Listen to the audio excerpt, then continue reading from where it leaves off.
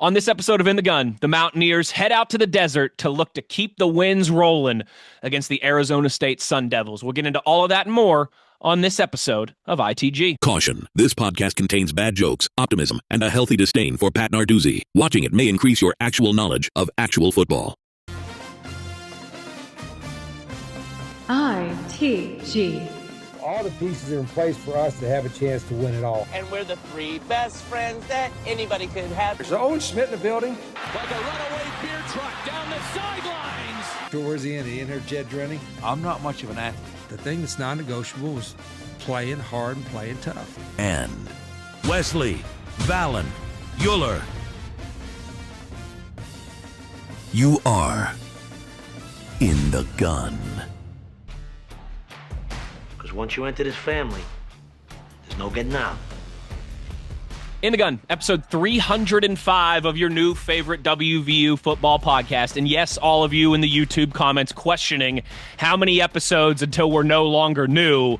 We are always going to be your new favorite WVU football podcast, even if we do this thing for the next 40 years. I'm Wes Uhler, as always, flanked by the best teammates in the business. We've got the signal caller, Jed Drenning. It's called an inside joke, people. Come on, get with it or get lost. I've got the signal caller, Jed Drenning. We may or may not be joined by the beer truck, Big O. Schuyler is on Charlotte Hornets assignment tonight. I believe they have the Utah Jazz.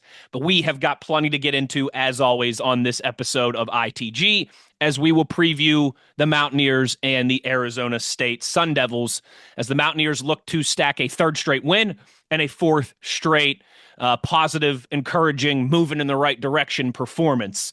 Before we get to any and all of that, a couple thank yous to the people that make this possible. JR, all the good people at Toothman Ford. We all know cars cost less in Grafton.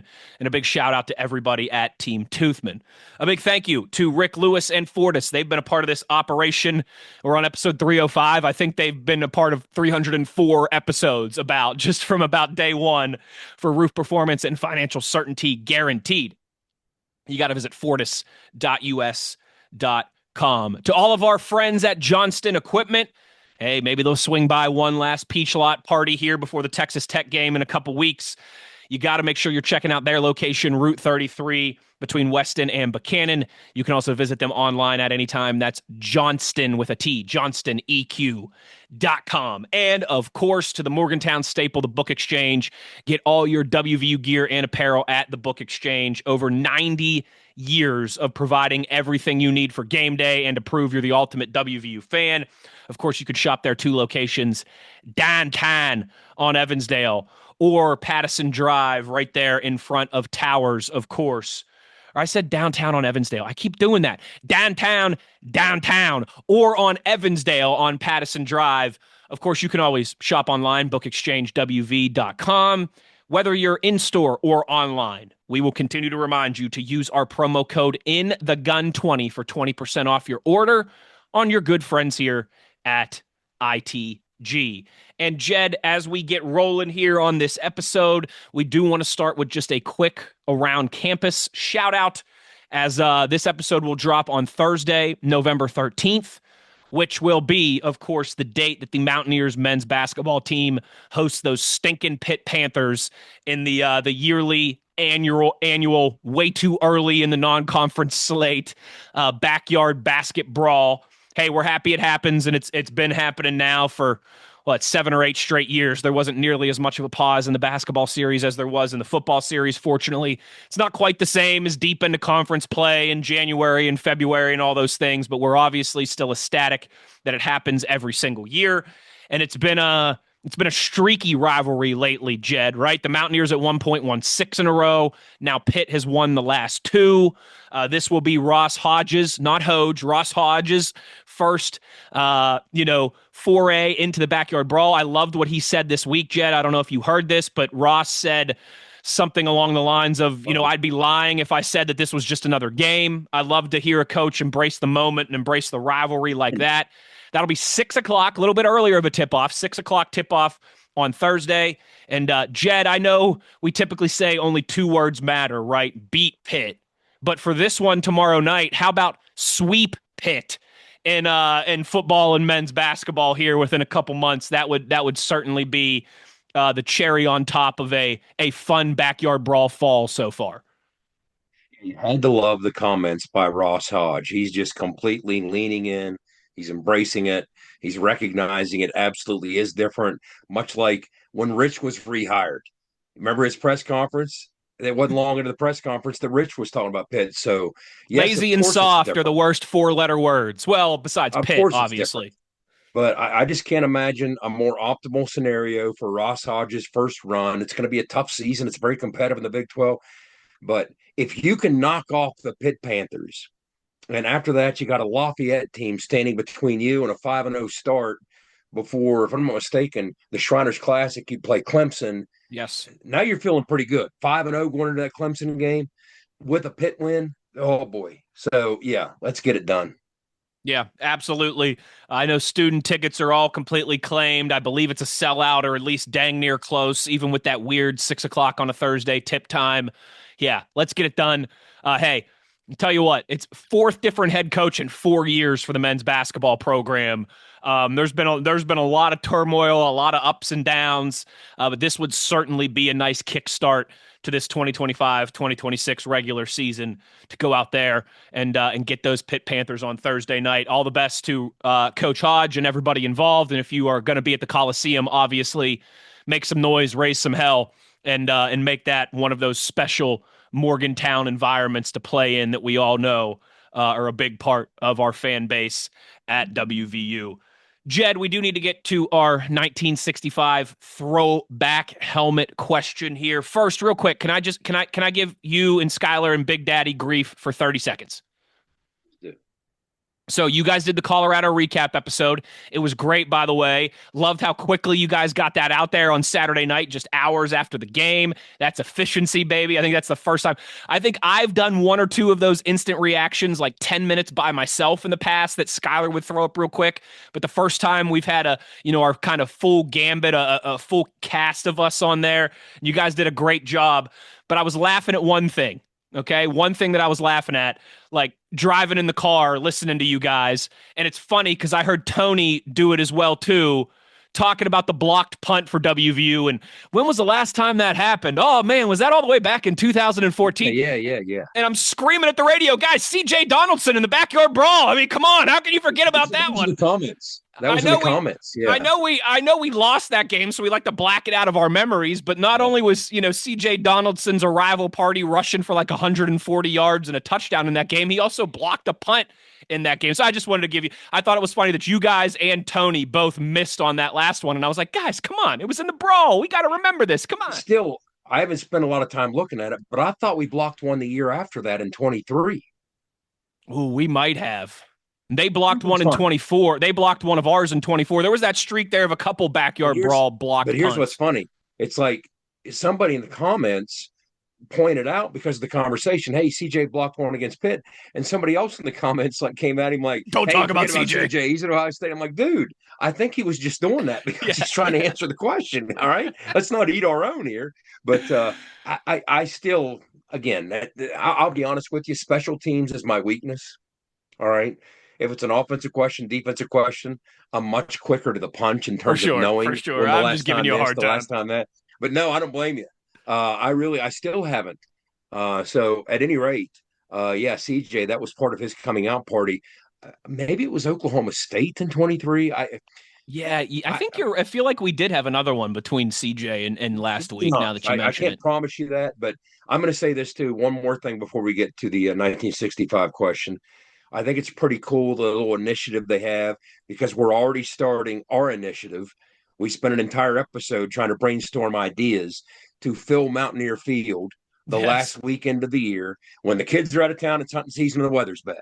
Because as we've talked about, since Mountaineer Field opened in 1980, the lion's share of the time, even when we're really good and ranked in the top 10 or top 15, we have way too many empty seats. Now, the glaring exception and the irony of this whole thing is the largest crowd in the history of Mountaineer Field was that weekend against Miami was 70,000. That's the greatest irony in the history of Mountaineer football, is the weekend that we always struggle, even when we're really good, to sell it out, is also the weekend we had the biggest crowd.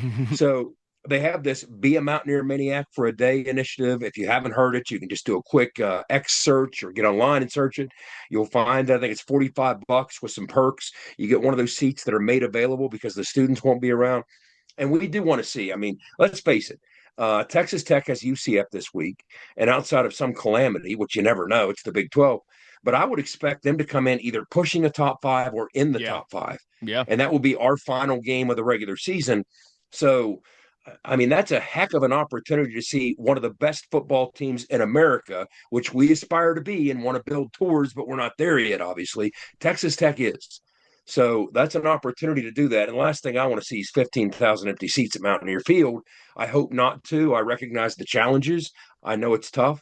So I like that the school is trying to get out in front of it and do something about it. Now, I've even had people, you got to strike a balance. And this isn't a conversation I've had with Ren, but it just apply some common sense to it. And you understand the limitations in trying to just give away free tickets to make sure that it's 60,000, right? The last thing you want to do is give away tickets so cheap that those who like buying tickets and buy more premium seats are then sitting back waiting on those cheap tickets to come around for the last game next year and not buying it. You don't want to bastardize your business and lose tickets you already sell for people waiting on the cheapest thing they've ever seen. So you got to strike some balance between that. So $45, a pretty reasonable rate. You know, I wouldn't hear mind, Wes. I was telling a buddy today, if you wanted to come out and say, hey, let's drop it to $30 a ticket. But here's the caveat. You have to commit $150. You get one ticket for each of the next 5 regular season finales. You want to bet on the program and you want to bet Rich is going to get this thing humming? What are those tickets going to be worth when it's humming in that last regular season game? I would even like to see something like that. You're guaranteed a ticket for the final regular season game, whatever it might be. Yeah, for the next 5 years if you spend $150 right now. You know, some package like that, playing off of like the 304 package that's had such great success. But anyway, I did want to get that out there. Please, if you haven't heard about it, which you probably have if you're listening to the show, if you haven't, look it up, see if it's for you, bring some friends. We want people in the stadium, which ordinarily we don't get, no matter what our record is. I remember times we've been 8-1 and we had 10,000 empty seats for that game. I just do what we can to maximize that crowd. No. That's the other thing I remember it. I remember it being full once, really, in my adult lifetime, and that was, of course, the Will Greer and Kyler Murray, WVU, Oklahoma. And that was on a Friday night. But you're right. In large part, even when the team's been great, students are out of town. It's Thanksgiving weekend. People like to go hunting. The weather's cold, all that different stuff. I like the university trying something to switch it up. Jed, you know this about me. I love this. I love sitting in the student section, standing in the student section, man. Like, we've got a group of season tickets. My older cousin is part of that crew. His name's Jared. And still, like every time, we've got wives and kids that we go to the games with and sit in our box and all that stuff now. But there's still like once a season where we're there without the wives and kids, and we'll be walking into the game, and him and I will like stop in front of the student section and look at each other and be like, "Should we try it? Should we try to get up there? Should we go for it? Should we do it?" It's great seats to watch the game, and the energy and everything and all that. And I just like standing during games too. I'm weird like that. But yeah, really cool for the university to try something different. I love that. Hey. How much is it going to move the needle? We'll wait and see. But I at least like that Ren Baker's not sitting on his hands and trying something different. And like you mentioned, $45 gets you a really good seat. It also gets you a T-shirt and like a swag bag, I think, a shaker, some other stuff as well too. So certainly a great value there for people that are maybe on the fence and thinking about going to the game. Gotta love it. Jed, friends and head to it. Yep. Yeah. No, absolutely. I was just going to say before we get to break here, and I think Big O is looking like he's going to be in here in just a second. Let's get to our 1965 throwback helmet question of the week. It's pretty simple framing, but I think it's a challenging question. If you look back to the starting roster for the offense and the defense, so let's limit this to 22 positions. All right. Opening day this year against Robert Morris. So I think the changes that I'm looking at, I have the flip card from the Colorado game last week, and the obvious changes that I see a couple on offense. Justin Smith-Brown got the start against Colorado, or at least on the flip chart. Jaden Bray was the starter in the opener before the injury. So was Jaheim. So Dior got the start. So there are two that are different. And then on defense, I think, like I said, maybe Derek Carter started ahead of KK. There haven't been a lot of changes. But here's the question.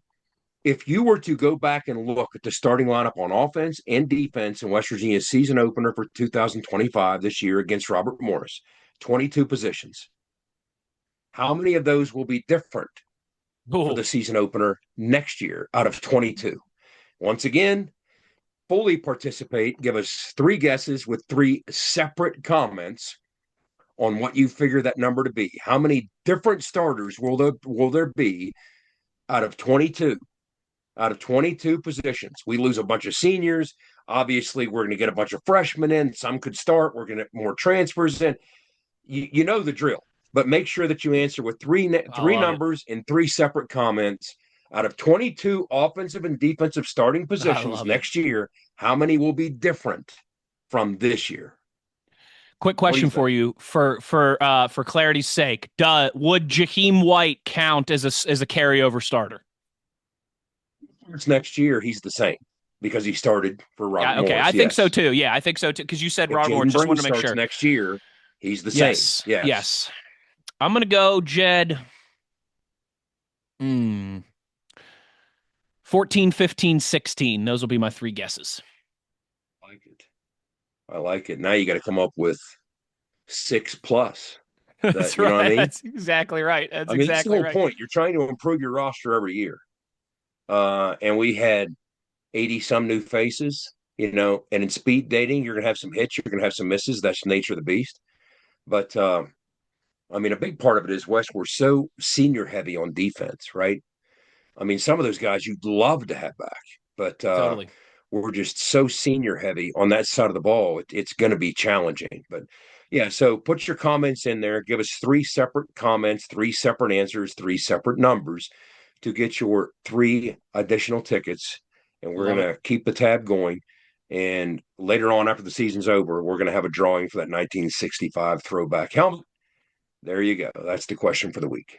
Absolutely love it, Jed. That's a great question, and I'm sure that's going to get a lot of participation from everybody in the YouTube comments. If you're someone who typically listens on the audio side, podcast side of things, make sure you're logging into YouTube to participate in our weekly 1965 throwback helmet question. Oh, yeah.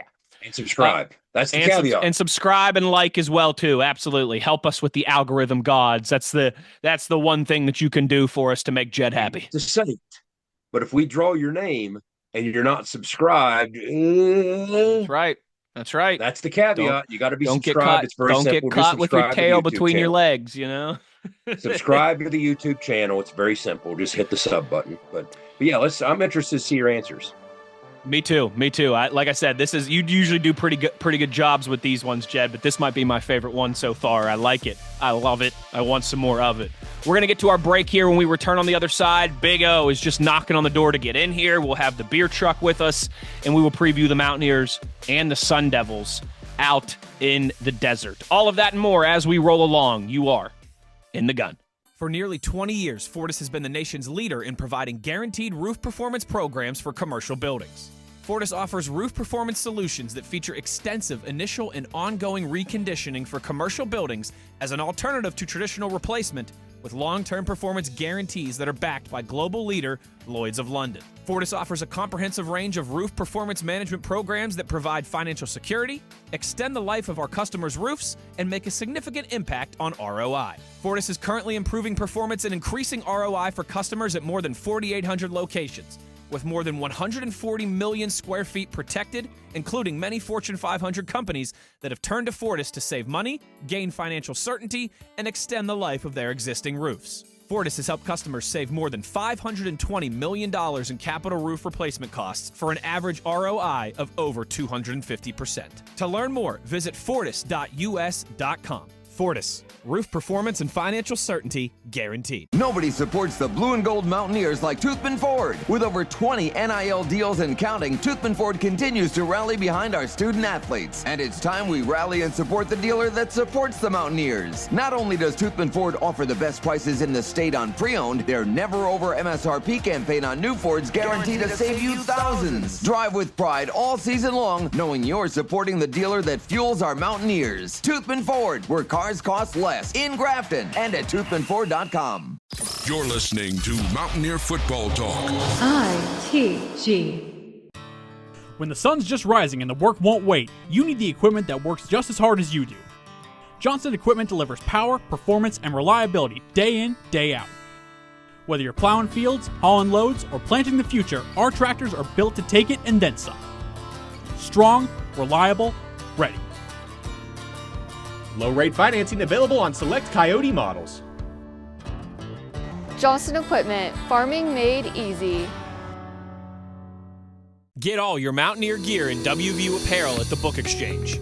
They're the locally owned and operated retailer with more than 90 years of selling everything you need for game day and everything else you need to show you're the ultimate WVU fan. Shop at their 2 locations at downtown Morgantown or Evansdale on Pattison Drive, or online at bookexchangewv.com. When shopping online at bookexchangewv.com, be sure to enter code INTHEGUN20 at checkout for an awesome savings of 20%. That's right, 20%.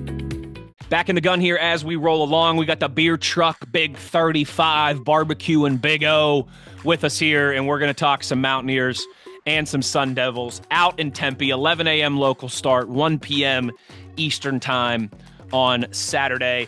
And Jed, I think, you kind of have to start with this Arizona State offense that is missing their 2 top guns. They are down both Maverick and Goose, both of their top guns. No Goose, no Iceman here for Arizona State.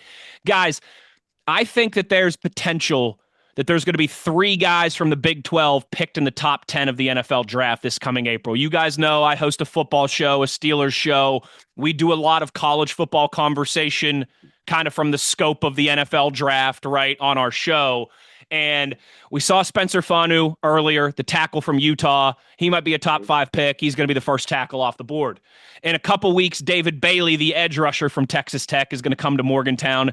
He might be the first edge rusher off the board. He could be a top 10, certainly top 15 pick. And then Jordan Tyson, who I think is a lot like last year's Tet McMillan. Tet McMillan was at Arizona. Tyson's at Arizona State. Tet McMillan was picked 7th overall to the Carolina Panthers. I think Tyson certainly could be a top 10 pick.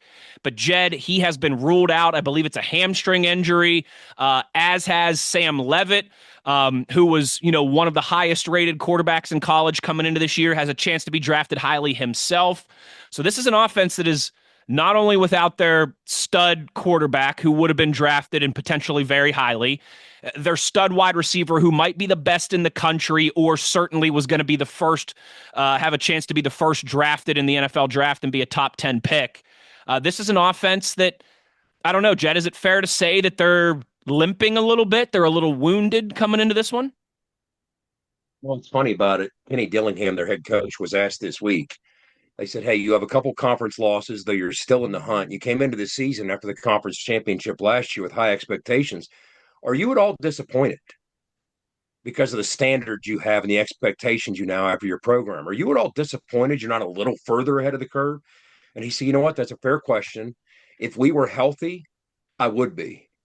He said, but under the circumstances, with the challenges and obstacles that have come before us, losing what we've lost, he said, I like to think we've answered the bell to some degree. And he said, it's been a very uneven and tough schedule, which it has. And he said, so we've had to overcome a lot to have the success that we have had. And that's a fair way to put that, because to me, say what you want about Sam Leavitt, their quarterback, a legitimate dual threat kid. I don't know if you'd call him the best quarterback in the Big 12. I mean, I wouldn't argue if you would. I certainly wouldn't argue. But I would certainly call him the most dangerous quarterback. He was the one who was least wanting to face. I'll put it to you that way. Out of all the quarterbacks on our schedule, Sam Leavitt's the one I was least wanting to face. So what ends up happening, and we'll get into the details behind it, here comes his backup, Jeff Sims, making his 4th start in 2 years for Arizona State. And he comes in against Arizona State, or against Iowa State and sets a school rushing record by a quarterback with 228 on the ground. You're like, come on, man. So, but then there's Jordan Tyson that you mentioned. And Jordan Tyson is legit in every way, in every part of his game. He's a 6'2", 200-plus pound, just twitchy playmaker. He's strong. He's quick. He has separation speed, the physicality to win 50-50 balls. And the numbers that jump out at you guys, Jordan Tyson has 90 targets. He's been targeted 90 times this year. That's the most in the Big 12. He leads the Big 12 in receptions this year. And I mean as of now. And oh, by the way, he hasn't played the last 2 games. I mean, that's what a dominant fixture he's been in this offense. So you ask yourself, once they lost him, which they did a couple games ago, so here's what happened. They lost Jordan Tyson, this stud receiver, a couple games ago. So they've been 2 games without him. And it was 2 games ago that against Houston and a loss at home to Houston that they lost Sam Levitt. He played extensively in that game, but he got hurt and didn't finish that game. And that's when Jeff Sims had to come in. So he's been out for a game and a half. Jordan Tyson's been out for 2 games, both the Houston game and the Iowa State game. So let's look at, first of all, how they managed their offense without Jordan Tyson, that mainstay that he's been for them. Well, what they did was, with a combination of Levitt and Sims, they had this other big-bodied kid, Malik McLean. He's a 6'5", 200-plus pound kid. Interesting with him, he played at Florida State with Kenny Dillingham. Kenny Dillingham's a well-established O coordinator. For his age, wow, was he accomplished. He's had success at multiple stops, multiple places. One of them was Florida State and then Oregon. But anyway, he had Malik McLean, this big-bodied kid, as a player of his on the Florida State roster. And then he leaves, take another job. Well, Malik McLean, if that name sounds familiar to Mountaineer fans, he transferred to Penn State. And that season opener we had up in Beaver Stadium in Happy Valley in 2023, he had 4 grabs against us there. He scored a touchdown in the 4th quarter. And I remember watching him getting ready for that thing, thinking, this dude's big and can play. And that was a couple years ago. So the first game in which they lost Jordan Tyson, they targeted him and they went after him. And he responded with a career-high 7 catches for 159 yards. That was in the loss to Houston. Now, move forward to what they did 2 weeks ago. Remember, they had a bye week getting ready for this. So their last time out in Ames, Iowa, against Iowa State, that wasn't the case. They only targeted him a handful of times. He ended up with 2 catches, Malik McLean. So what they did instead, they have a slot that's a transfer from Fresno State, more of a shifty guy. He's 6'1", 200 pounds, too. He's a strong kid. Targeted him 7 times. He's only been targeted 15 times all year. That's what's curious about these 2 guys I just talked about. Each of them only 15 targets on the year. So they haven't gone after them a lot because Jordan Tyson was gobbling up so many of those pass plays for them. And then they have a tight end who also has previously played against West Virginia, Shimon Mateer. A couple of years ago when West Virginia blew out Cincinnati, he had a couple touchdowns at Mountaineer Field in that game before he transferred from Cincinnati to Arizona State, and he's been a really good fit for them. Big physical guy, 6'4", 255 or so. So in that Iowa State game, they went after him as well, and he's been productive for him, and they'll move him around. And again, they're a Big 12 personnel team, and they'll move him around to try and get matchups and do some different things. But I wanted to set the stage for what they are overall, what they wanted to be, what they were, and kind of what they pivoted into being. And we'll talk about more specifically what the last couple games has looked like from a play selection standpoint, how they use Jeff Sims. But I wanted to throw it back to you guys. Big, heavy 12 personnel team without their stud quarterback, without their stud receiver, but they still have players. Yeah, it seemed 90. You said 90 targets? And he's missed the last 2 games though. Yeah, he's only played 7 games and has 90 targets, Big O. He's got 9 touchdowns and like 650 yards receiving in 7 games. If he's healthy, he's going to be a top 10 pick in the draft in April. Yeah, that's a tough loss this week. Hey, I'm not going to say I'm not complaining. I'm not complaining, but that is tough for him. Hopefully he has a speedy recovery after this weekend. Yeah, I mean, Jed, you were talking a little bit before we hopped on here. Dual threat quarterback that's filling in, and that's something that we're going to have to obviously take care of defensively and make plays. I mean, these last 2 weeks, we haven't played perfect, so to speak, but I think we have made adjustments. We are starting to play through the entire whistle, right? You see those improvements from week in, week out, and it sounds like be thankful for who's out, but we still got a big task ahead of us this weekend. We're double-digit favorite or underdog for a reason, Wes. I mean, it's like I said, this is a program with great stability. Kenny Dillingham has come in and he set this thing up the way you want to set it up. It's a next man up mentality. There's depth on this roster, and if you got to turn to a quarterback after you lose your program quarterback, you want to turn to a battle-tested veteran that has some skills, and that's what they do. And then I think those receivers can kind of share the load. It was interesting listening to Michael Coates, West Virginia corner Michael Coates this week. He was asked about, hey, what if Tyson doesn't play? Is that upsetting? And he said exactly what you'd hope he'd say. He has the competitive nature of a true corner. He's like, yeah, I want to take their best shot. I hope he's out there. I hope he's healthy. I hope he's full go. That's not going to be the case, but they still have other guys that we're going to have our hands full with. Again, we talked about the 12 personnel. From a 12 personnel standpoint, only one team in America goes one back, two tight ends more than Arizona State. Kenny Dillingham's all about it. He has been for a long time. I have great respect for him. Marcus Arroyo is his coordinator, and they work well together. But Kenny Dillingham, his fingerprints are all over what they do offensively as well. And I have a lot of respect for how he goes about his business offensively. Scheming, I have an appreciation for his understanding of the game, how he attacks defenses, how he tries to exploit weaknesses. But that tight end position is an instrumental part of what they do. But if you're wondering what the quarterback situation might look like behind the veteran, Jeff Sims, because now you're thinking, all right, well, who's his backup? Well, interesting story. They got a 4-star kid out of New Mexico who actually got hurt pretty seriously. He suffered a torn ACL as a senior in high school and early enrolled in this January. And he was just in recent weeks cleared. He was recruited by Heinz Ward on that staff to come in. And he was a big part of that recruiting class that they had. This kid was, and his name is Cameron Dyer, but he's now been cleared. So he's the backup, and he's ready to go if it comes to that. So they're not going to be afraid to run Jeff Sims. That's apparent. I mean, he ran 29 times against Iowa State. What's interesting to me, guys, is the nature in which he ran the football. Yes, he ran 29 times against Iowa State. Only a couple of those were scrambles. I mean, that's the thing. The difference between him and Leavitt was a freelancer, and Leavitt loved to go off script. He would extend plays. He'd break the pocket.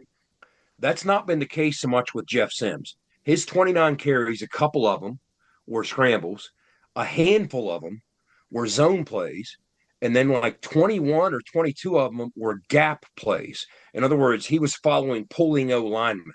And what was interesting about this, it wasn't even really a lot of zone, like read concepts, zone read, counter read. It wasn't those types of things. It was more catch and run. In other words, called quarterbacks runs, old school, to take the read equation out of it and just saying, Jeff, here's what we're going to run. It's Q counter. You're taking off around the football. You might make a fake, but it's not a read, and you go. And that's what he became comfortable doing. And that Iowa State game, the way the game flowed, they didn't throw it a ton.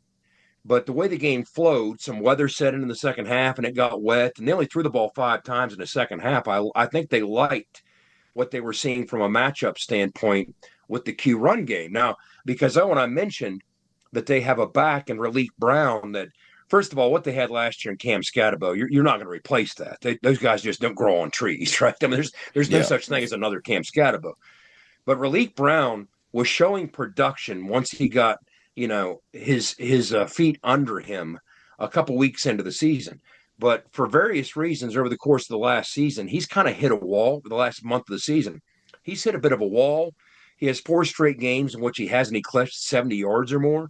So they've had to find more creative ways to run the football, and that's what they do with Jeff Sims. Dillingham has talked about the fact there's been times this year when if you just showed them base numbers, they couldn't run the football without plus wanting you. And plus wanting you means involving the quarterback in the run game as an extra asset to run the ball. So they couldn't just match numbers and out physical you. They in the past they were able to do that with Scatabo, but they didn't have as much success in doing that. And that's why they think that it kind of lit a fuse for them when they plus one with Jeff Sims in the run game. And one of the things that I wonder with them coming out of the bye, and we'll talk about this, again, these were a bunch of called quarterback runs, not read elements. Now, there were read elements in the sense that he was flipping it out to perimeter screens because they had pass game attachments to some of these run game pieces. And we better solve that very quickly. I'm happy Colorado didn't do as much of it as I feared because the success Houston had with those perimeter screens, wow. I mean, Arizona State's going to be watching that tape thinking we're going to do that all day long until you can make a tackle because they will really test the perimeter with those screens. But that was the read portion of what he was doing. I kind of wonder if coming out of the bye week, if maybe we will see some zone some read concepts, not just zone read, but counter read, because, again, they love gap scheme with their quarterback run game.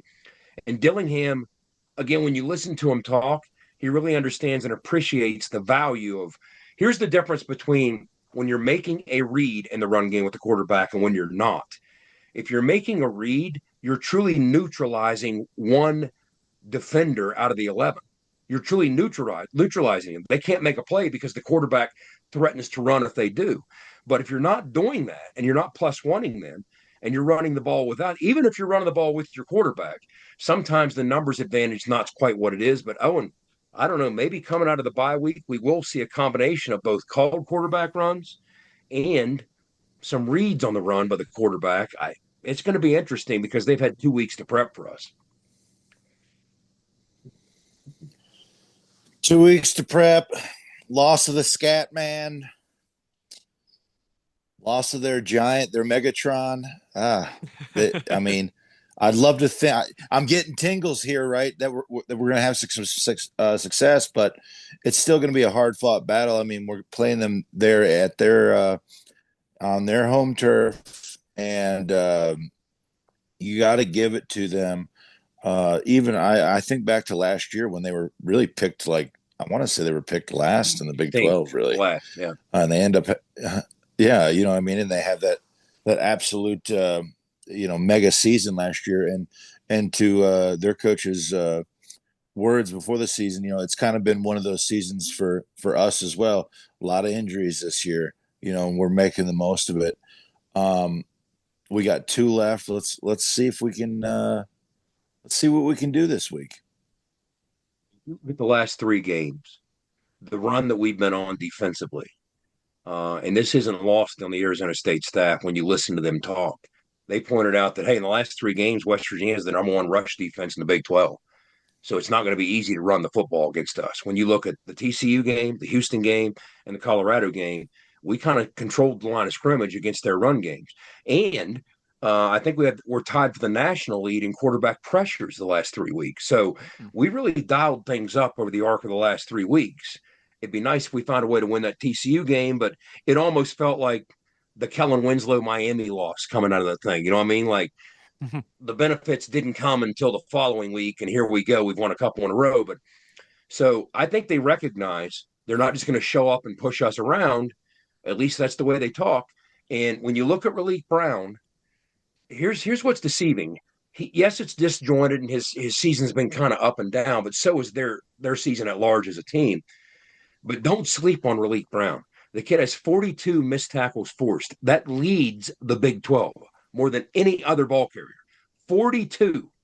And when you consider some of the names behind him, our dude from BYU, our dude from Texas Tech, that's high cotton. When you're making guys miss in space and otherwise with that level of consistency, you're on the verge of something. So you better corral that dude, because this seems to me like this will be a perfect time and a perfect week for them to want to get him rolling, and that would make everything else you're trying to do in the off. You can't expect your quarterback to run it 29 times every week. That's just not a sound way to make a living offensively, right? Sure, you got to win out of Ames by doing that, but you don't want to subject him to that every week. So part of that burden is going to have to fall on Relief Brown, and I'm interested to see how they go about doing that. But I can't stress enough, those perimeter screens, take that off the table our corners have been a very sound group all season. I think they've overachieved. Yeah, you're going to face some size in this game, and that's when they've struggled the most is when they faced size. But demonstrate the physicality to shed a block and get down and get a bead.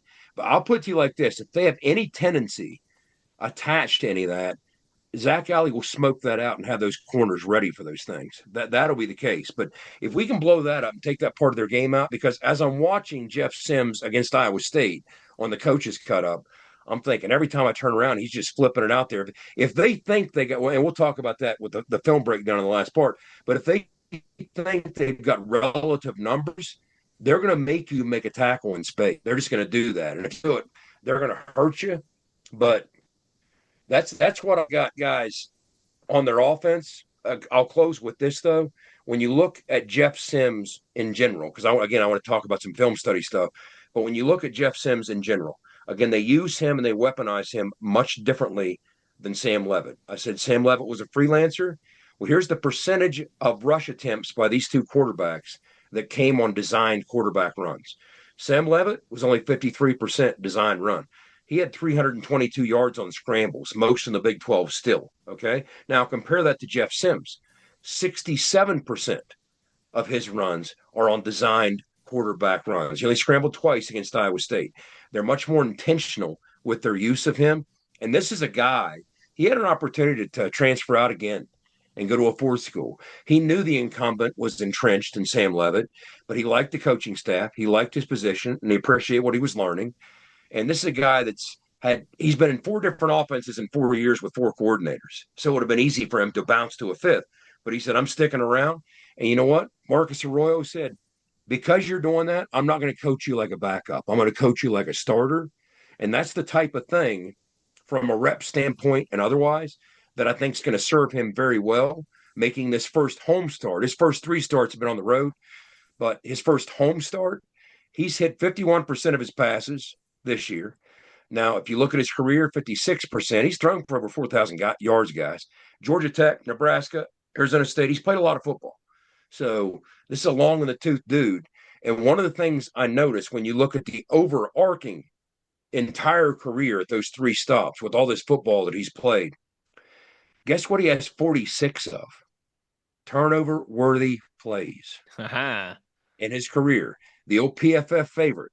Not necessarily the turnovers, but the plays that could have been turnovers that saw you put the football in harm's way. So, yes, he ran for 228, 21 gap runs, 5 zone runs last week.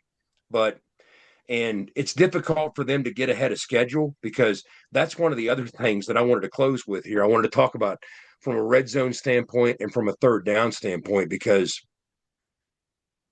guys, there's some things that are difficult to reconcile. They lead the Big 12 and are nationally ranked in time of possession. Now, normally you equate that to what on third down? You equate that to third down success. They're 14th in the Big 12 in third down success. And yet they're first in time of possession. So you talk about you're splitting hairs. You're really threading that needle perfectly to make the most opportune time, play at the most opportune time to move those sticks. The other thing it tells you, they hum along, and yes, they're ranked toward the top of the conference with a bunch of those intermediate 10-plus yard plays to move the sticks. But that's one of the things that surprised you about this offense. It would seem from the outside looking in without popping the hood to reek of efficiency. And so when you look at those metrics, there's a couple things that surprised me about them. It would seem to me that a Kenny Dillingham coached offense is one that wins on third down, wins in the red zone, doesn't turn the football over. Well, they check one of those boxes this year. They've been pretty sound with the football. They protected it pretty well, but they've struggled on third down. And then this is the big one, guys. They're 6-3 with this. I always look at in the red zone, I don't care about red zone scoring percentage. That's a misleading statistic because it counts field goals and touchdowns. What I go to is I go to red zone touchdown percentage. How many times are you in the red zone that you actually reach the end zone and don't settle for a field goal or get turned away?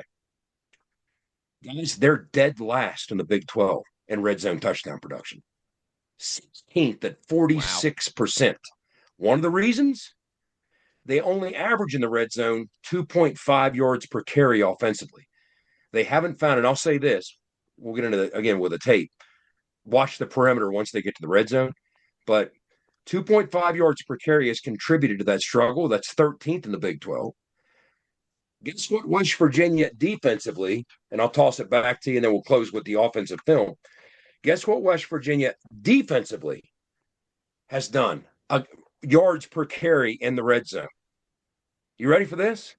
0.9 yards per carry allowed in the red zone, third best in the country. Third best in the country. I'll tell you what we're good at. We're good at third and short, where we rank nationally, and we're good in the red zone against the run. I mean, holding them to meager yards per carry. So thoughts on that? And like I said, we'll jump to some notes from tape, and then we'll get to the defense. Well, obviously, explosive plays, which is kind of what skews it, not being up there in the red zone column. But that's what's always interesting when you lose certain players. How much is the game? Offensive coordinators get really attached. They get really attached to certain ways they play based on players. So it'll be interesting to see. And likewise, vice versa for us on the other side. Defensively, can we hold that up? Because in my opinion, that'll really help us out this week down in Arizona. Yeah, can you limit the quarterback runs? Can you force them into Jed? I know this is something you've been talking about since July when you did your kind of Zach Alley breakdowns here on In the Gun. This is a defense and a defensive coordinator in WVU that want to force you into a ton of third downs as well too. So yeah, can you force them into a lot of third downs? Can you bow up in the red zone and frustrate them and force them to settle for a lot of threes? Seems like you have a great opportunity to do both. And if you do that, obviously you're going to have a great opportunity to win the game. Pressure numbers for you as we segue into the film study. Jeff Sims against the blitz. All quarterbacks are more effective typically when you give them time, but when he's blitzed, 43% he completes. When he's not blitzed, 62%. The reason I bring that up, of course, is Zach Alley's blitz rate in Big 12 competition is now 50%. Little surprising against the freshman last week. He picked his spots more judiciously. He only went with a 41% blitz rate, which was his lowest since BYU when he blitzed them 37%. But it was obviously effective with the 7 sacks, and we could have had a whole lot more, but something to consider. Arizona State strikes this balance of winning time of possession, but also getting a ton of plays. That's an interesting combination. They run 78 plays a game, so we're going to be out there quite a bit. That's number one in power conference football, 78 plays a game. So you got to defend a lot of plays against them, and as a result, curiously, with those struggles on third down, they still win time of possession. But we talked about, can they run the ball without +1? That's going to be a key. If we can keep them from running the football without using the quarterback and then force them to use the quarterback to activate him to have any kind of advantage, that's the first step you got to take. We talked about those quick screens. I can't say it enough. I did see a couple iffy snaps in the shotgun by their center. Matter of fact, I saw their center get beat a handful of times in some critical situations. But so that's something to keep an eye on as well. And then also offensively, they use a lot of formation to sideline. Some people call it formation to boundary, FIB or FSL. One of the things reasons offenses tend to do that, they want you to declare your run defenders versus your field defenders versus your boundary defenders, your run defenders versus your pass defenders. So they'll force that declaration. They like to go empty with decisive quick game routes. They're not going to ask a lot of him. I don't think they want him throwing the football 40 times a game. When they do, it's going to be under control. They have some interesting formations where they'll go with quads to get certain matchups they want, even sometimes to get that tight end matched up on a backer that they like. Now, when you get him on the move, there were a couple times I wasn't as impressed by him as a passer on the run as I thought I might be. So that kind of surprised me. They'll even go Q run out of the pistol. And again, we talked on this program before. Part of the reason you go pistol is teams tend to, and this was the funny thing, late in the game last week, if you saw what was going on like cat and mouse in the fourth quarter, I texted this to the group thread. What Colorado was doing with that 3 technique, they were trying to set the 3 technique, which is the outside shoulder of the guard, to the side of our running back in the shotgun, and we'd move the running back, and they'd kick their front and move the 3 technique. Well, teams often do that based on where your back sets. When you go put them in the pistol and they're behind the quarterback, it's more difficult to set your front one way or the other. They'll do that and go Q run to understand which way the front's going to be set and be able to dictate that. Okay, backside pursuit. This is going to be key too. If they pull on some of these gap schemes and leave you unblocked, if you see your guy in front of you as the puller, chase it down. Trust what you see, trust your instincts, because I've seen some TFLs by some of the teams they played chasing these things, these gap schemes down from behind. Once again, I said in the red zone, keep contained, because I mean they will threaten the perimeter and threaten the edge, and that they're going to test the edge with the Q run game and otherwise constantly in the red zone. Hands up quick versus the or hands up versus the quick game. The ball was impacted a couple of times, almost a turnover once. So if you can't get home on the sack or the pressure, bat the football. We talk about it all the time. Watch the screens in the red zone. They're not afraid to screen you down there either. Old school throwback screens. They will RPO quite a bit. I saw more of it out of Levitt, but that's another thing that maybe we'll see some more of coming out of the bye week than we've seen from Jeff Sims so far, because they do like the RPO piece of what they do. Now, I did see him, and this was interesting against Iowa State. One of the things John Heacock, the D coordinator for Iowa State, likes to do, he likes to bring those boundary blitzes from the corner, the boundary corner. He does a ton of it. Well, I saw on one snap, they hotted off that. It was actually pretty slick. Jeff Sims picked that up, and off the RPO element of what he was doing, he hits the X uncovered, and they get about a 15-yard pickup before the safety comes over to make the play. Quarterback sweep.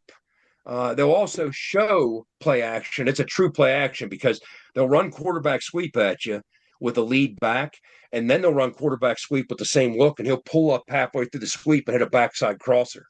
And he did that for a big gain coming across there about 30 yards. So you really have to stay on your toes if you're a second-level player, a linebacker, or a third-level player in the secondary, because things can be deceiving.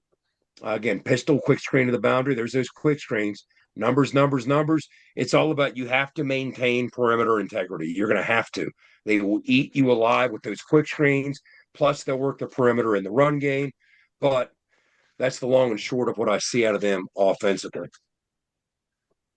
I like it. That's a good breakdown by Jed. That's an encouraging breakdown there. Some areas certainly for this defense to cut their teeth. Let's spin the block here, Jed. Talk to us about Brian Ward's defense, one of the best in the country last year. I mean, obviously, this is an Arizona State team that made the college football playoff, finished 7th in the final AP and college football playoff polls. So obviously they had a great defense last year. Brian Ward has, not quite to that extent, Jed, but I think he's got another solid defensive unit out there in Tempe. And they had some attrition there. Well, one final thing about the offense as we work our way in here. We talk about that metric quality drive rate, right? A drive that strings first downs together and you get a first down inside the opposition's 40, or a drive that results in a big, long touchdown. So a quality drive that not just impacts scoring, but could impact field position even without scoring. Well, they also look at how many points do you score off a quality drive, all right? Well, this could be good news as well. West Virginia, in the red zone, first of all, we're second in touchdown rate. I talked earlier how they're dead last. We're second. So the red zone could be an advantage, and that contributes to what we're talking about here. Think about it. If you're playing salty red zone defense, we're 37th in the country in points allowed per quality drive. So what that means is even if you get a good drive going, that doesn't mean you're going to reach the end zone against us. You're only getting 3.18 points per quality drive against the West Virginia defense. Because we're playing really, really good defense in the red zone, keeping you out of the end zone. Second best touchdown rate defensively in the Big 12. And I talked earlier about Arizona State struggles in the red zone. Same thing holds true. Guess where they rank offensively in points scored per quality drive? 121st. Cool. Think of what those drives are. They're averaging less than a field goal per drive, 2.59 points per drive. That's those struggles in the red zone rearing their ugly head. So if you're looking for an advantage, if you're really trying to split hairs and look where West Virginia might have a hand up, we play really good red zone defense, keep you out of the end zone, second best in the Big 12. They struggle more than any offense in the Big 12 to get in the red zone. Let's hope that holds up, because that contributes to the points scored on these quality drives we're talking about. So now let's jump to the defense. You talked about the changes, Wes. Yeah, they lost some key guys. They lost, matter of fact, one guy in the preseason. They have a lot back, but they lost one of their team leaders and a safety that was a stud in the preseason. And now it's been announced that he's not coming back at all. So that's a big hit for him. But if you look at what they do, the long and short of it's this, and we'll be having a somewhat similar conversation, maybe a rich man's version of it next week when we play Texas Tech, or in 2 weeks when we play Texas Tech. We came out of the Colorado game where Colorado gets off the bus blitzing you, throwing all these different exotic blitz packages, and they play man coverage and they just get after you. Well, if that's one end of the spectrum, Arizona State is at the other end of the spectrum. They'll sneak a couple blitz packages in, but they're pretty crafty at it. But by and large, what they're going to do is say, hey, we're not going to throw numbers at you. We're just going to ask our our four big dudes with a hand in the dirt to whip you up front and get to the quarterback. That's what we're going to ask you to do. And we're going to keep them fresh, and we're going to have a rotation that we know and trust and love. And that's what they do. First of all, when you look at their pressures overall, they're very impactful when they do it. They're not a high pressure team. They're 14th in the Big 12 in quarterback pressures, but yet they're third in sacks. They make it count because they're not throwing a bunch of fake looks at you just to outnumber you and have you seeing smoke and mirrors. So let's look at how those 24 sacks break down. First, 17 of their 24 are by D linemen. What did we just talk about? So either an interior defensive lineman or their edge players. And they've got a handful that they rotate in and out that they really trust. Again, 15th in the Big 12 in sack percentage, but fourth in in pressure percentage. Understand the difference. Pressuring the quarterback versus sacking the quarterback. So they rank very low in pressuring the quarterback, but very high in sacking the quarterback. They make it count. They got this kid, Prince Dorba, transferred from Texas. He's twitchy. He can make plays. He's an edge guy. He has 17 pressures, leads the team in pressures. Clayton Smith, another edge guy, 250 plus, second pressures. Elijah O'Neal, another edge guy. That's three edge guys right there. They'll rotate in and rotate out that they all trust to get after you. Double-digit pressures. Now, on the interior, you're looking at this kid named Jacob Rich Kankaika. Double-digit pressures out of him, 290 pounds, but with some twitch. That's a problem. Their big guy, CJ Fight. He has 8 pressures. He's 305 pounds, and he's doing some big things for him, too. And then don't sleep on their linebackers. They got 2 good ones. Keyshawn Elliott will get after the quarterback when he's called upon, too, when they call his number. He has a number of pressures. He's a 6'2", 235 kid, sideline to sideline. They got a couple of them that can run and run like crazy. But we talked about Colorado pressuring a lot, and that not at all being the case with Arizona State. Owen, take a guess how many times they blitzed Rocco Beck in 42 of Rocco's dropbacks. He dropped back and threw the football 42 times. How many times do you think of those 42 Arizona State blitzed him 2 weeks ago? 10. 4. 4 times like in 42 dropbacks. So they pick their shots now, and they pick them well. So when they bring them, you better be on high alert. But, yeah, if you go back and look through, Houston, 6 blitzes. Texas Tech, 9. Utah, that was even kind of curious because they didn't throw the football. They did 5. Even TCU, you would think, hey, you're going to get after Josh Hoover, throw some different looks at him. 8 pressures and 40 dropbacks. Baylor, high-flying Baylor, the Fighting Spavitals, right? Sawyer Robertson throwing it all over the field with those wideouts. 41 dropbacks, 6 blitzes. So they don't dial it up a lot. A matter of fact, if you look at their raw blitz number on an every down basis, they're 130th in the country from a pressure from a blitz standpoint. Now, if you fast forward and go to third down, doesn't change a lot. They're still 111th in the country. They'll throw some different looks at you. They'll stem, give you some pre-snap movement, test your communication up front, move right before the ball snap. They'll chop the front up. They'll stunt. They'll twist. They'll do those things. They'll play games with their 4 interior guys, but by and large, they're just going to put 4 down, get after you. Now, again, in the film study, there's some things we'll talk about from a quirky look standpoint. They have some different wrinkles, sometimes blitzes, sometimes not. But if you listen to the raw numbers, you look at the raw numbers, they've defended the second most passes in the Big 12 with a 4-man rush. They have the second most sacks in the Big 12 from a 4-man rush. Again, remember that because we'll get back to some of this 4-man rush stuff when we play Texas Tech. And from a coverage standpoint, yeah, they'll throw some 3 at you. They'll throw some man-free cover 1. Of course, there's going to be some quarters looks. They'll even play some 2 high, but most of that's going to be out of a 4-down configuration to get those 4 guys after you. Now, here's something that's interesting if you really want to get out in the weeds. Matter of fact, I want you guys to give me your thoughts on that, and I'll double back with an interesting 3rd down number to consider here. What are your overall or first initial reaction to that kind of approach? Owen, when you face a defense that just says, here we are, we're coming after you with our 4, that's a different kind of challenge than saying we're going to outnumber you and get through a gap in a run fit and spill through and get you clean, as opposed to dropping numbers into coverage and getting after you with 4. What do you think? Well, they obviously, have immense confidence in their guys up front. It's a luxury to be able to get those guys in and out and get them fresh, right? Fresh bodies on the D line is huge. Especially when you just think of those kind of that theory, that mindset on the defensive front. When you have your 5 down linemen, they're in there the whole game. So fresh bodies can produce obviously some issues just with, a lot of different guys you got to study, right? Different techniques. Guys are coming off differently, different body types. Hey, I kind of like the fact that we're not going to see a lot of pressure, as far from the game plan as, bringing the heat, blitzing and stuff like that with a young quarterback, in my opinion. Now that puts a lot of pressure on the O-line and some blitz pickup stuff, even with the back, if we can keep them in the chip and stuff like that as well. Hopefully we can hold up to that. But,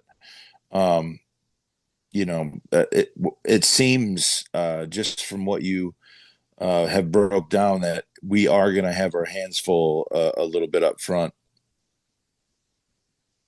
Yeah. And something to consider there. Wes, what are your thoughts? Because I was saying when you're in zone coverage versus man, that's more eyes on the football too. So it's more challenging we talked last week against Colorado. If you bust through that first level, there is no second level. Make the free safety miss and you're on. Now you got 7 guys back there potentially with their eyes on the football. Yeah, you got to hold up. I mean, you have to win in the trenches against, that I feel like a lot of times the best teams in every level of football, I don't care if we're talking high level college or we're talking the NFL, are the defenses that can just organically get after you with 4. Don't have to dial up a bunch of pressures or exotic looks. Get after you with 4, kind of play chess with your other 7 guys on the back end, right? That's how the Philadelphia Eagles won the Super Bowl last year. And that is Patriots doing it. Yeah, absolutely. And that's, that's always it's always a risky proposition, though, because if you don't get home with those 4, then offenses can really start to make some hay. And the way we've been running the football the last couple weeks, it's going to be a real test for that group up front. That all of a sudden, listen, I'm not saying that they're a top 5 offensive line in the Big 12 anymore, but it's not the stretch of BYU and Utah and Kansas where they couldn't block a fly, couldn't stop a nosebleed either. This is going to be a real test for, I think, a WVU offensive line unit that we're probably all, and again, not a very high bar to clear, but probably all as confident and feeling as good about that group as we have at any point this season. And, Owen, you pointed out, when you rotate them in, it's all about keeping those guys fresh, right? Well, this is where the synergy of complementary football comes in. And Kenny Dillingham is all about complementary football. Again, I've said from the outset, there are so many parallels. When Kenny Dillingham got that job and came back home to Arizona State and turned it into what it became last year, there were so many parallels between him and Rich. There really were. The physicality piece of it, that program, call it what you want, they have a hard edge to them. So he gets it done the same way Rich at his best gets it done. So when you look at big picture, all 3 phases of the program connect and you play complementary football, and there is a certain synergy to that. What did I mention the offense does earlier? Where do they rank in time of possession? First in the Big 12, like 6th or 7th in the nation. What does that do for your defensive line? It keeps them on the sidelines drinking Gatorade. Yep. So now not only do you have this rotation that you know and trust, but you're not asking that rotation to eat or gobble up as many snaps or as many reps because the offense spends the whole game on the field, right? So all of it works together and it's very complementary. So Now, you're going to have to find a way. If they don't want to win on third down, then we better. And we haven't done that much all year. When you look at transition downs, we still rank toward the bottom of the country. We've gotten better in recent weeks, at least had signs of life. But let's look at this. This is something to consider here. Third and intermediate. See, that what was getting us early in the season was everything we had was third and long. I mean, you can't call a game with a bunch of third and eights and have success. And that's what we were dealing with. So we got out of that and we had more manageable third down situations. Well, when you get into what we call third and intermediate, which will be third and 4 to 6 yards to go, here's what's going on here. The Arizona State defense has held opponents to the lowest completion percentage in the country on third and intermediate. You're only completing 30% of your throws on third and intermediate against this defense. Why is that? Third and intermediate is the exact range that when you're only rushing 4 and you're dropping 7, those backers can choke out those quick throwing lanes because they're not blitzing, right? So they're choking out those zone throwing lanes and making life difficult to the extreme on those third and intermediate, what you might consider third and manageable situations. Now, West Virginia, it sounds like bad news, but I'll get to the good news.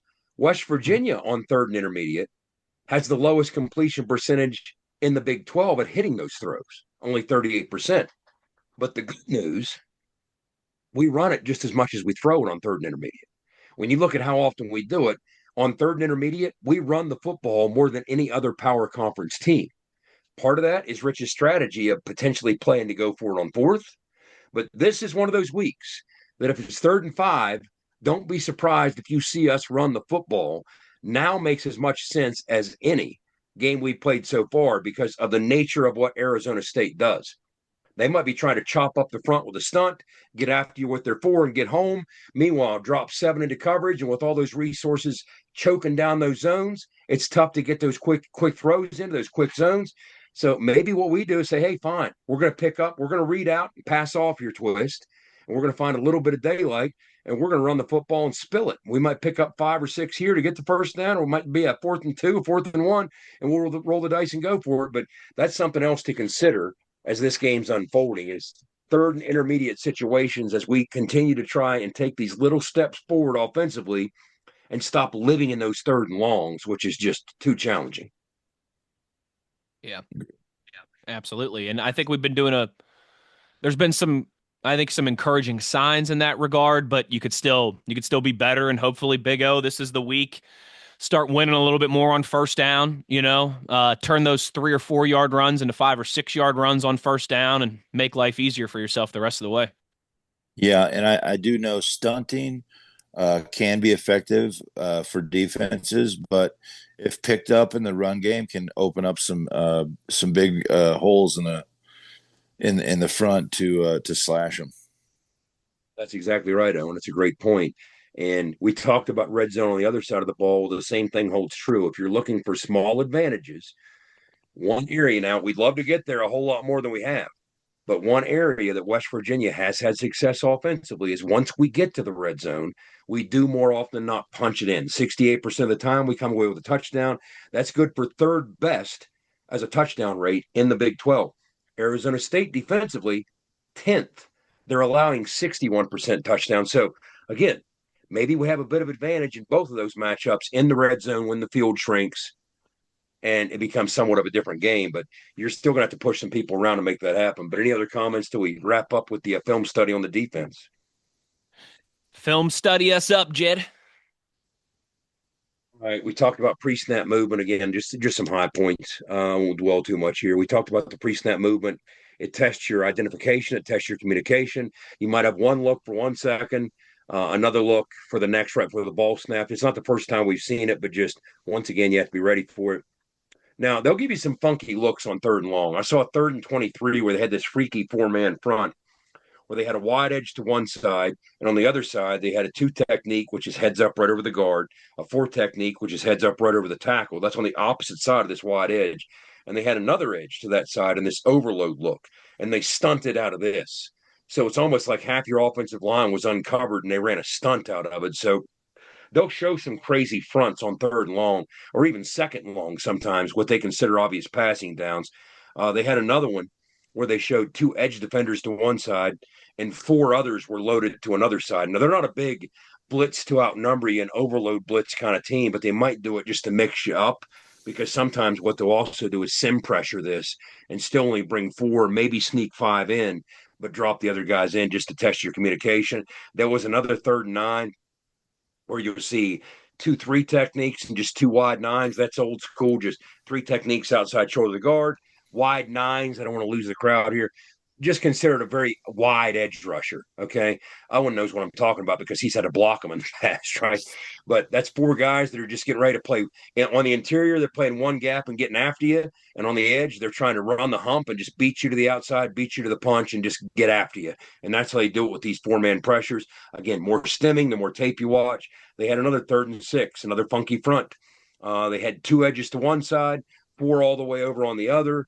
Now, in this case, I won't get into the techniques, but it was a crazy combination of techniques that they had playing out there, also involving their linebacker. And again, their linebackers, the more tape I watched, the more impressive I was about how they could cover ground to sideline to sideline. So they're the perfect complement to what they're trying to do up front defensively. And again, it's not that they won't blitz. It's just it's not that often. They're very selective with their spots, but they're judicious enough to make it count. When you look at their pressure rate versus their sack rate, that's why they're getting home when they do use it.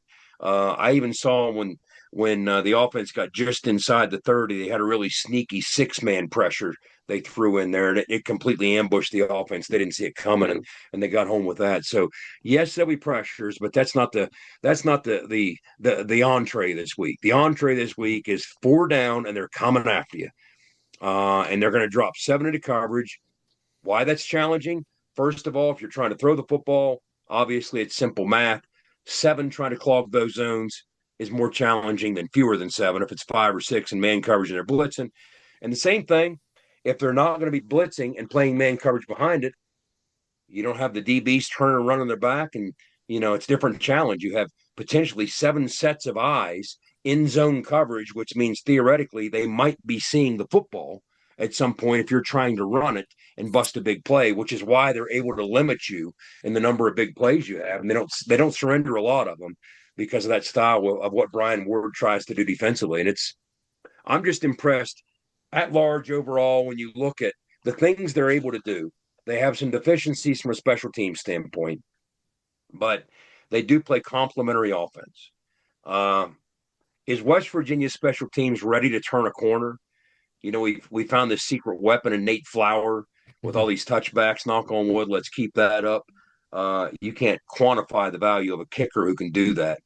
And then, we had the blocked punt last week. So, Ollie's playing good football. We had great coverage on those punts. So are we ready to turn a bit of a corner? Because this is an interesting number when you look at it. Phil Steele, on his special teams rankings, he has us 119th in the country in special teams ranking.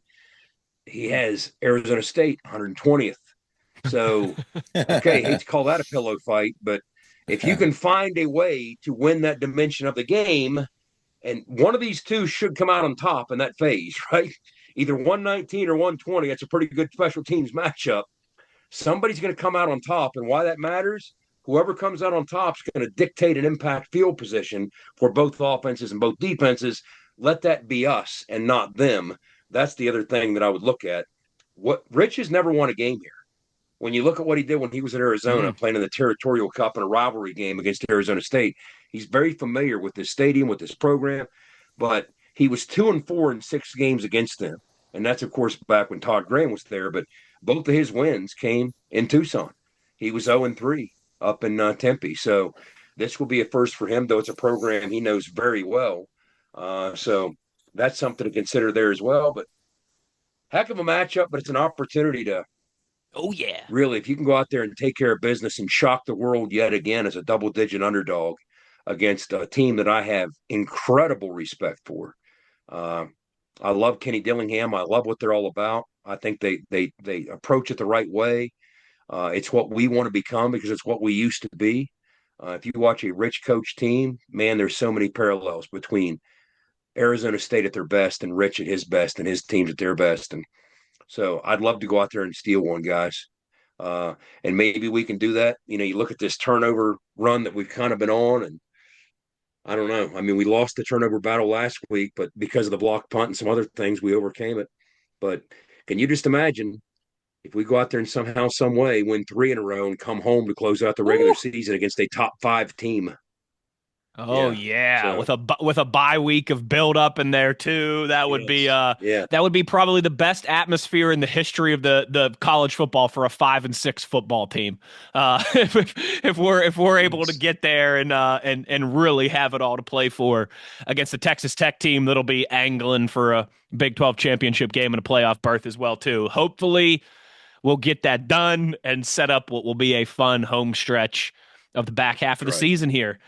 Guys, as we wrap this thing up, before we go, Jed, we got to quickly give our weekly Big 12 pick'em. First, let's go over what played out last week, and then we'll get the fan answers for last week. Let me get that pulled up right here. Boom, boom, boom, boom, boom, boom. Okay. Where did I put it? Put it somewhere. Talk amongst yourselves until I find. There we go. Okay. Now I got the text. Okay. Yeah. Last week's results. Let's do that first. Okay. Passing offense. I picked TCU. They threw for 319. Well, there's been weeks that wouldn't get you in the top 5. This week it was number 1. I get the full Monty, baby. 5 points. 5. So I got to block somebody. I should block Schuyler since he sent his pick in.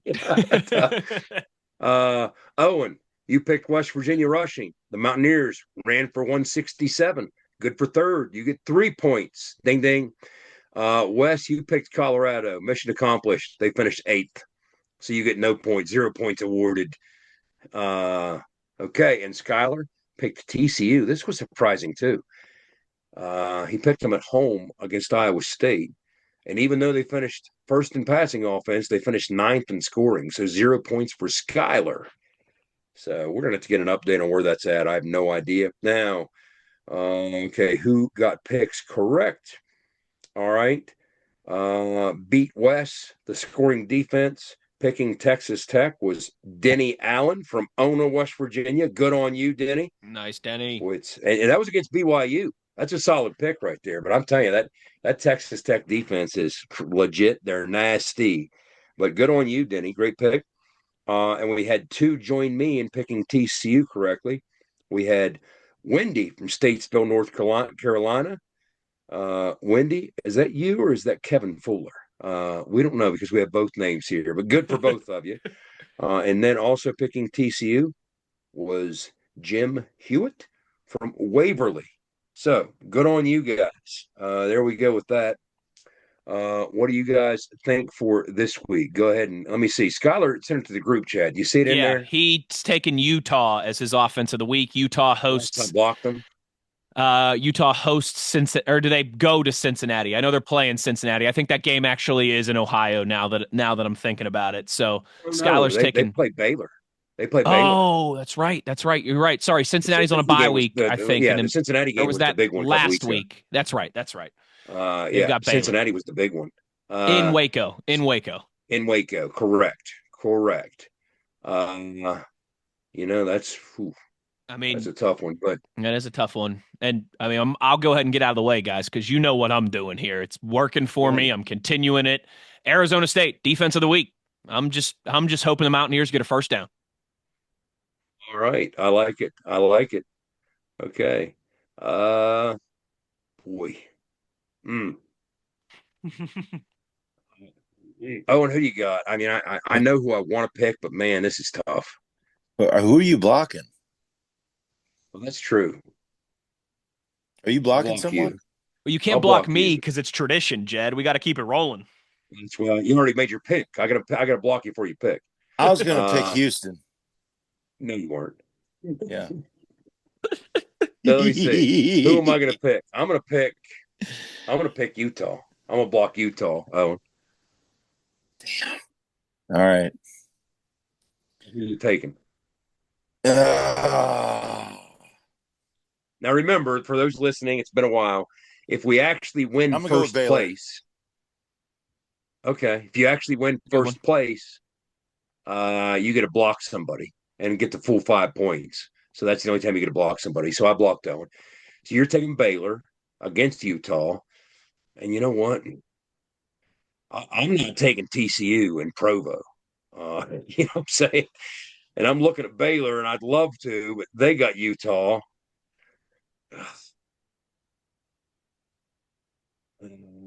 Jed's thinking out loud here.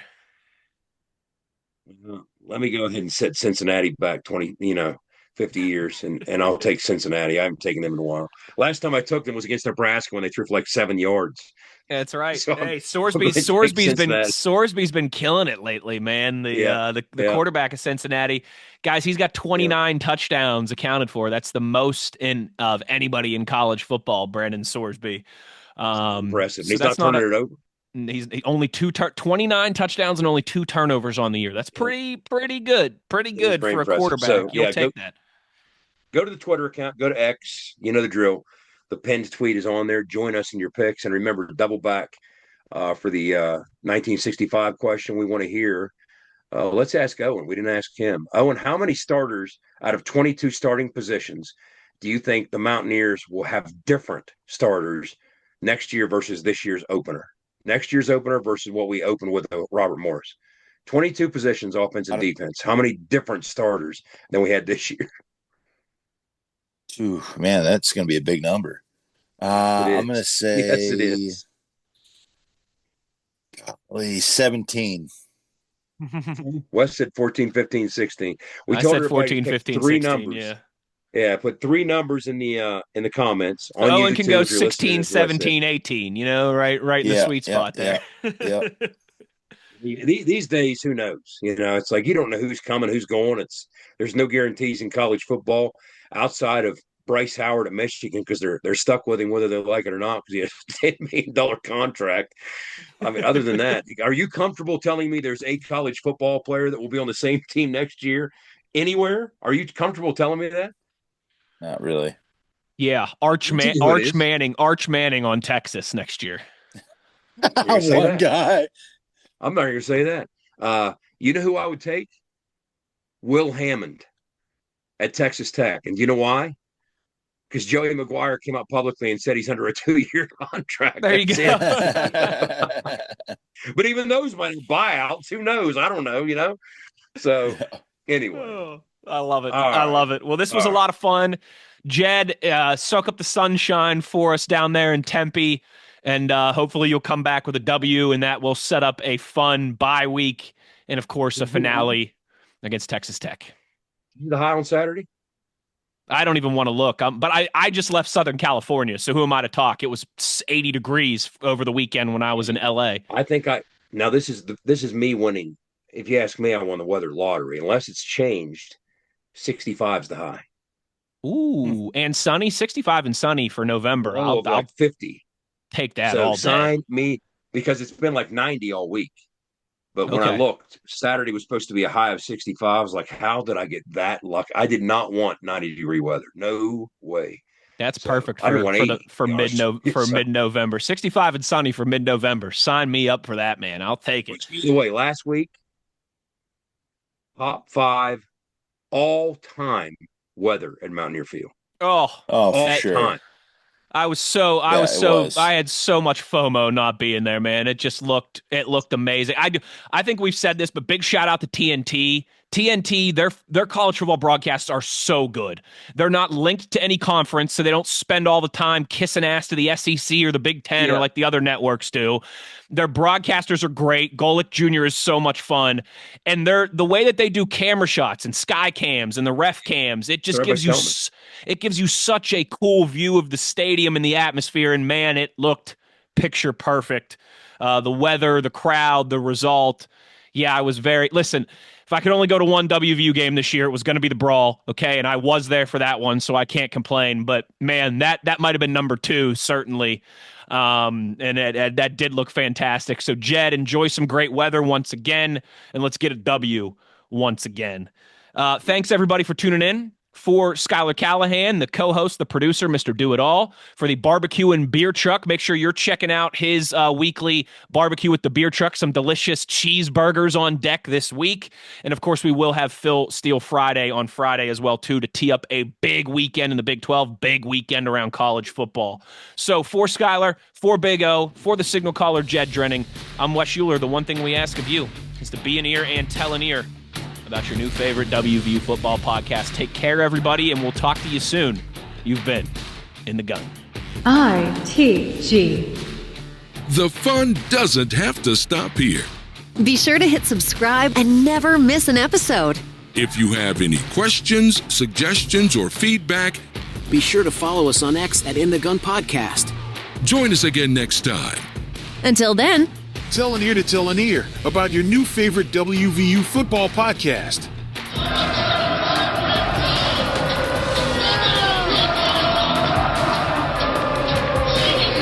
This mission is over. It's over.